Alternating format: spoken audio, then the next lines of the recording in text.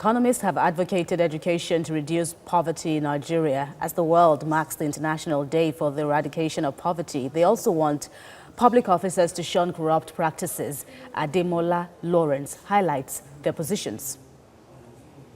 According to the Nigerian economic report released by the World Bank in July 2014, Nigeria's economic growth rate averaged at about 7.4%.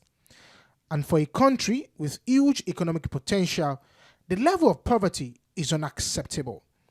But the 2018 report by the World Bank estimates nearly half of the population is living in extreme poverty. Persons living in poverty experience deprivations that prevent them from realizing their rights, such as dangerous work conditions, unsafe housing, lack of nutritious food, unequal access to justice, lack of political power, limited access to health care.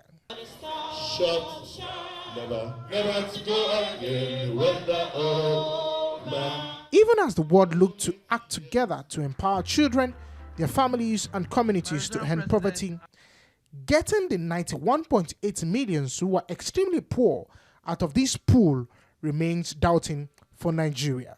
According to the World Poverty Clock in June 2018, 91.8 million Nigerians are extremely poor.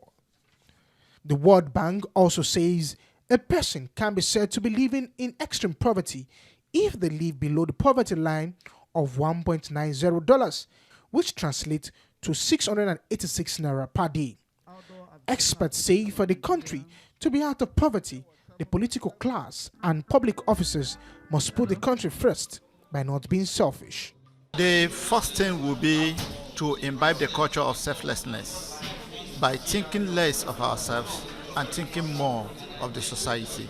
I will encourage our public officers, our political office holders to begin to think more of the society rather than themselves. When a nation grows well, the youth are being involved in everything happening. You could see that there is brain drain happening now.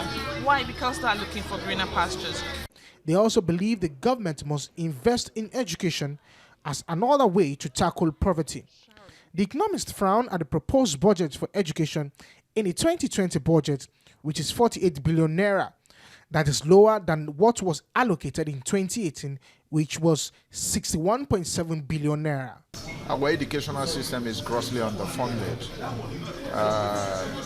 Consistently, we have always budgeted, we've always dedicated between 5 to 7% of our annual national budget to education, whereas the UNICEF benchmark is between 15 and 20%.